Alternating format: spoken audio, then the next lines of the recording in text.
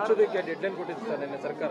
ಮುಖ್ಯಮಂತ್ರಿ ಕೇಳೋದಕ್ಕೆ D K Shivakumar ಕೇಳಿ ಅನ್ನೋ ಮಾತನ್ನ ಹೇಳಿದ್ದಾರೆ. ರಸ್ತೆ ಒಂದು ಸಮಸ್ಯೆ ಕೂಡ ಹಾಗೆ ಇದೆ ಸರ್ ಬೆಂಗಳೂರಿನಲ್ಲಿ. ನಿನ್ನೆ ದಿನದ ಮುಖ್ಯಮಂತ್ರಿಗಳ ಹೇಳಿಕೆ ಬೇಜವಾಬ್ದಾರಿತನದ್ದು ಅಂತಕ್ಕಂಥದ್ದು ನನ್ನ ಅಭಿಪ್ರಾಯ.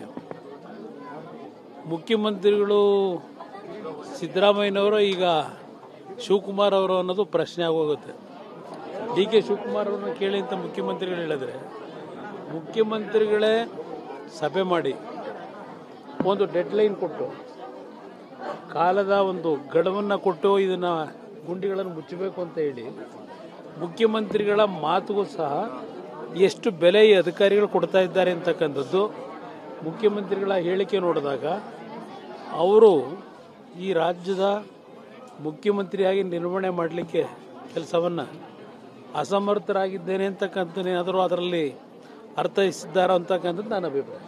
ನವೆಂಬರ್ 21ಕ್ಕೆ ಡಿ ಕೆ ಶಿವಕುಮಾರ್ ಅವರು ಮುಖ್ಯಮಂತ್ರಿಯಾಗಿ ಪದಗ್ರಹಣ ಸ್ವೀಕಾರ ಮಾಡ್ತಾರೆ. ಅದು ಅವರ ಪಕ್ಷದಲ್ಲಿ ನಡೆಯತಕ್ಕಂಥ ತೀರ್ಮಾನಗಳೇನಿದೆ ಅವರವ್ರಿಗೆ ಬಿಟ್ಟಂಥದ್ದು. ನಾನು ಆ ವಿಷಯದಲ್ಲಿ ಮಾತನಾಡ್ತಕ್ಕಂಥದ್ದು ನನ್ನ ಸಣ್ಣತನ ಆಗುತ್ತೆ. ಅವ್ರ ಪಕ್ಷದಲ್ಲಿ ಆ ಪಕ್ಷದ ಉಳಿವಿಗೆ ಏನೇನು ತೀರ್ಮಾನಗಳು ಮಾಡಬೇಕು ಅವರು ಮಾಡ್ಕೋಬೇಕು, ನನಗೆ ಸಂಬಂಧ.